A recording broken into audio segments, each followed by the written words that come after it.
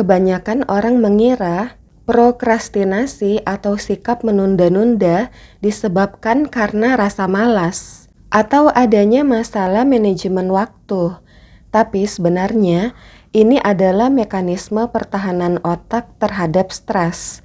Jadi, ini adalah masalah pengaturan emosi. Prokrastinasi bisa menghalangi seseorang untuk mencapai potensi maksimal mereka. Sayang sekali jika seseorang yang terampil dan berbakat, tapi sering menunda-nunda hingga menit terakhir. Alhasil, kualitas pekerjaan mereka menurun karena terburu-buru di detik-detik terakhir. Sikap menunda-nunda bisa menimbulkan beban mental, low level anxiety, kecemasan level rendah. Karena jauh di lubuk hati, kamu sadar ada sesuatu yang kamu hindari. Kamu mungkin main handphone, nonton drakor atau dracin, atau hangout sama teman-teman kamu. Tapi hal penting yang kamu tunda itu terus terpendam di benak kamu, dan itu menguras energi kamu. Jadi, sebelum kita coba mengatasi prokrastinasi atau sikap menunda-nunda, mari kita pahami dulu pola penyebabnya. Jangan sampai kembali terjerumus pada kebiasaan menunda ini. Oke, begini ilustrasinya. Kamu punya tugas atau proyek kerja yang kamu tunda dulu, tapi saat kamu berpikir untuk mulai mengerjakannya, kamu merasa itu akan memunculkan perasaan negatif seperti rasa takut gagal, bingung, bosan, frustasi, dan lain sebagainya. Otak kamu tidak suka itu. Otak kita didesain untuk menghindari ketidaknyamanan. Jadi, otak mencari cara tercepat untuk menghilangkan perasaan tersebut. Mencari cara untuk mendapatkan dosis kesenangan instan. Untuk menutupi rasa tidak nyaman tadi. Itulah mengapa kita tiba-tiba mengalihkan pikiran ke hal yang menyenangkan. Seperti scroll medsos, tiba-tiba ngemil padahal nggak lapar, atau memainkan game di ponsel. Gangguan-gangguan ini bukanlah kebetulan. Ini adalah cara otak kita menukar ketidaknyamanan emosional dengan kelegaan sementara. Tapi tugasnya masih ada, dan tenggat waktu semakin dekat, dan kecemasan kamu akan meningkat.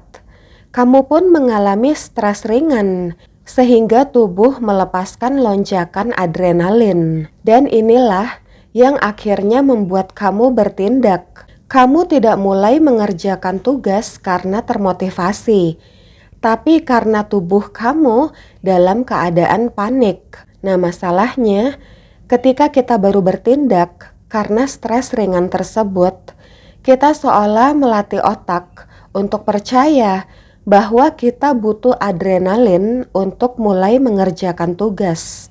Kalau selalu seperti ini, lama-lama tanpa adrenalin, tugas terasa menjauh, sangat sulit untuk memulai. Ini sangat melelahkan bagi kesehatan mental jangka panjang. Jadi, kamu menunda-nunda bukan karena malas atau buruk dalam mengatur waktu, tapi karena kamu membangun kebiasaan di mana ketidaknyamanan emosional secara otomatis memicu penghindaran sampai akhirnya kepanikan muncul. Ketika kita melatih otak untuk hanya mulai bergerak jika ada tekanan, rasanya seolah tidak ada cara lain yang akan berhasil. Tapi tentu saja kebiasaan ini bisa dilatih ulang. Nah, ada dua tipe cara untuk keluar dari siklus ini. Pertama, mari kita lakukan manajemen stres. Jadikan adrenalin sebagai bahan bakar. Memanfaatkan energi dari adrenalin secara sadar, bukan malah dikendalikan olehnya. Buatlah ledakan urgensi kecil yang terkontrol, yaitu dengan mencicil tugas. Misalnya, tetapkan target kecil yang harus selesai dalam 30 menit. Tekanan waktu singkat ini memicu sedikit adrenalin agar kamu tetap fokus, supaya tidak sampai burnout di menit-menit terakhir deadline. Kemudian, tipe cara yang kedua adalah belajar memulai tanpa adrenalin, membangun otot disiplin, bertindak tanpa tekanan. Jadi, kita belajar untuk mentolerir perasaan tidak nyaman, seperti malas, bingung, atau bosan yang muncul di awal tugas. Begitu kita berhasil melewati 5-10 menit pertama yang tidak nyaman tersebut, otak akan mulai terbiasa dan tugas tersebut akan terasa jauh lebih ringan.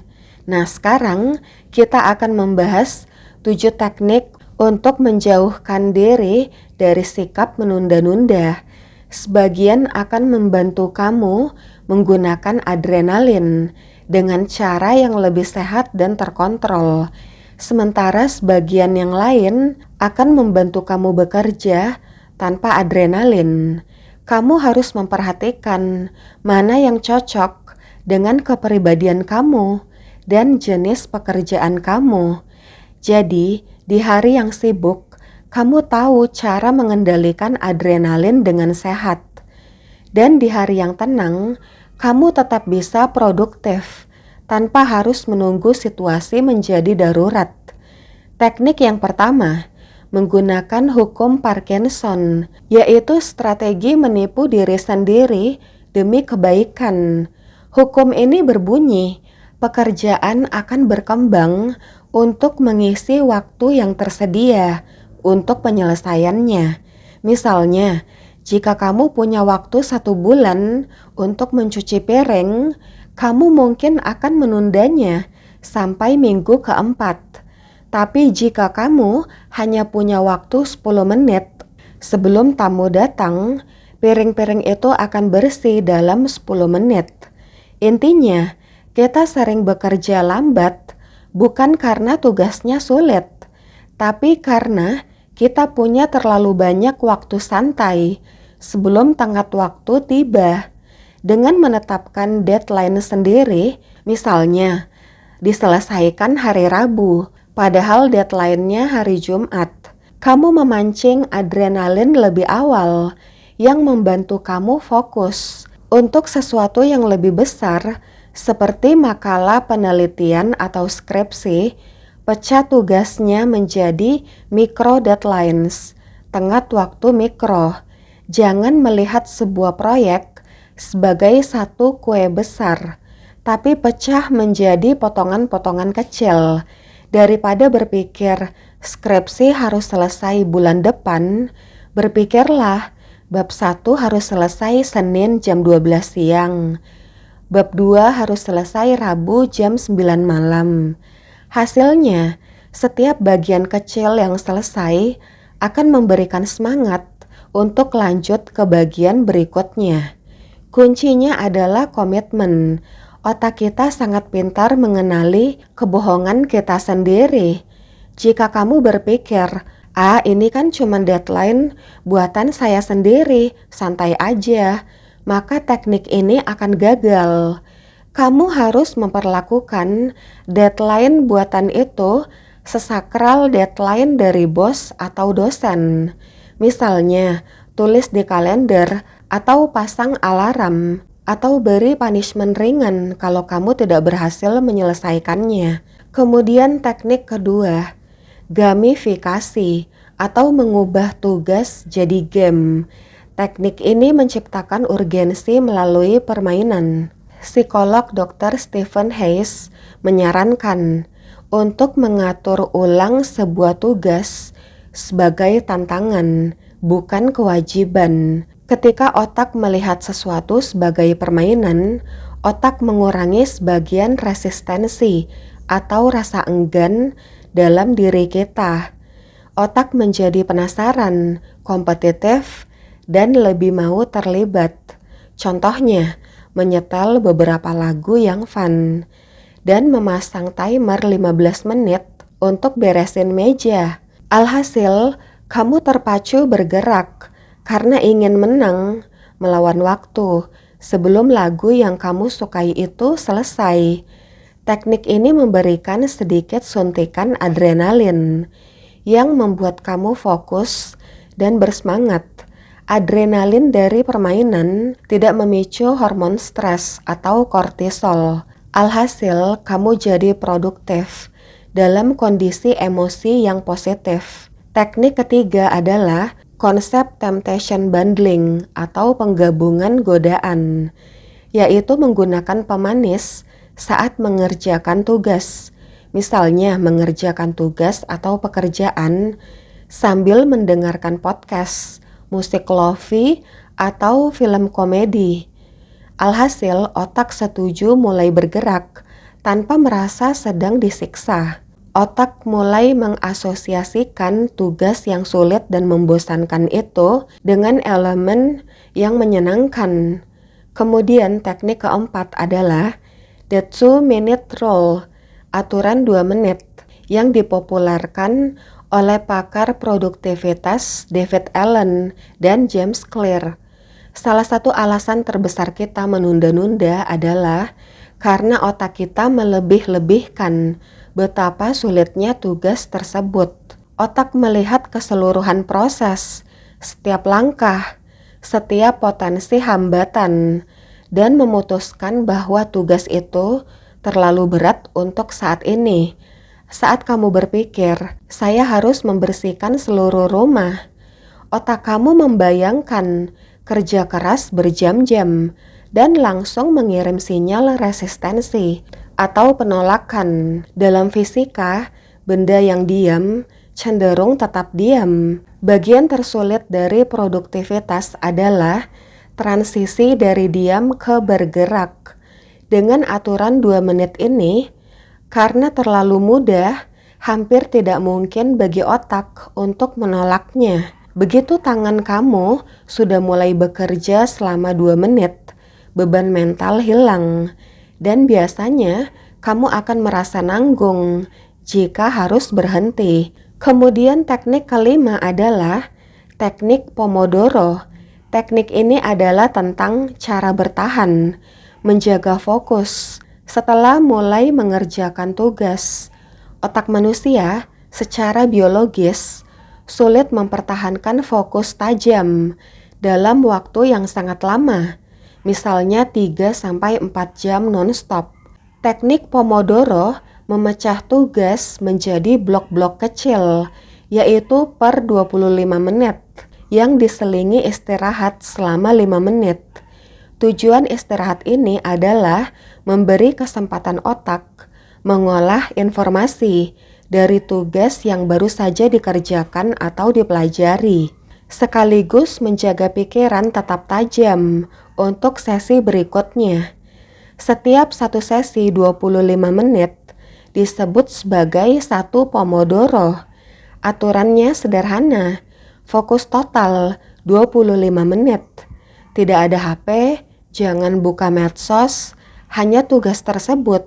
Kemudian istirahat pendek 5 menit, misalnya berdiri, perenggangan, atau minum air. Jangan buka medsos, karena bisa merusak fokus. Kemudian istirahat panjang sekitar 15-30 menit.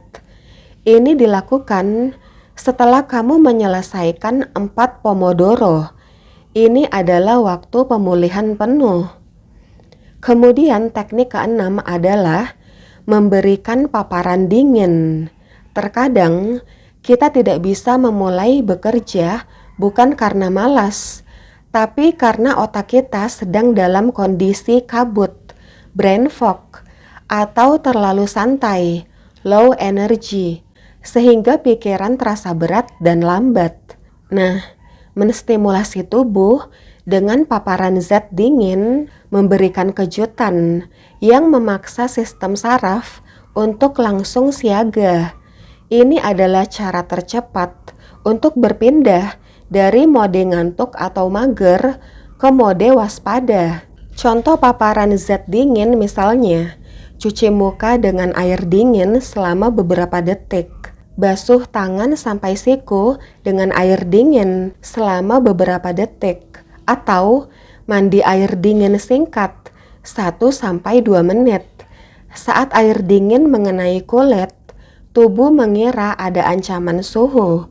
Tubuh merespon dengan melepaskan norepinefrin dalam jumlah cukup besar ke otak. Norepinefrin adalah hormon sekaligus neurotransmitter yang berfungsi untuk fokus dan perhatian. Alhasil, kamu merasa lebih segar, detak jantung sedikit meningkat, dan fokus kamu tajam seketika. Kemudian teknik ketujuh adalah akuntabilitas publik. Teknik ini memastikan kamu konsisten lewat dukungan sosial dan hadiah agar produktivitas kamu terasa sebagai gaya hidup yang memuaskan. Manusia adalah makhluk sosial yang secara alami peduli dengan reputasi dan integritasnya di mata orang lain. Sebagai contoh, kita lebih mudah membatalkan janji pada diri sendiri daripada membatalkan janji pada orang lain. Mengucapkan komitmen dengan lantang kepada orang lain akan menciptakan beban moral positif untuk menepatinya. Jika kamu pernah berjanji pada seseorang untuk melakukan sesuatu, kemudian kamu termotivasi untuk melaksanakannya, ini berarti kamu telah mengalami kekuatan akuntabilitas. Berikut cara menggunakannya. Coba beritahu teman, pasangan, atau anggota keluarga tentang sebuah tugas yang ingin kamu selesaikan dan kapan deadline-nya. Misalnya, saya mau renovasi dapur selama 3 hari, deadline-nya tanggal sekian. Atau posting progres kamu di grup atau komunitas online, tempat kamu tahu orang-orang akan memeriksanya. Misalnya, saya mau update progres 3 bulan diet. Deadline-nya tanggal sekian. Tapi ini bukan goal atau rencana pribadi kamu ya guys, yang kira-kira aman diberitahukan secara publik aja. Kuncinya adalah memilih orang-orang atau seseorang yang bisa dipercaya, suportif, dan tidak menghakimi, sehingga kamu merasa termotivasi untuk melaksanakan tugas, namun tidak menimbulkan kecemasan pada kamu. Kemudian, otak kita bekerja berdasarkan loop umpan balik. Jika kamu berhasil menyelesaikan tugas, lalu memberi reward pada diri sendiri berupa pujian atau hadiah kecil, otak mencatat bahwa aktivitas tersebut menguntungkan dan ingin mengulanginya lagi. Otak akan menghubungkan produktivitas kamu dengan kepuasan, kelegaan, dan bahkan kebanggaan. Oke guys, thanks for watching. See you. Bye.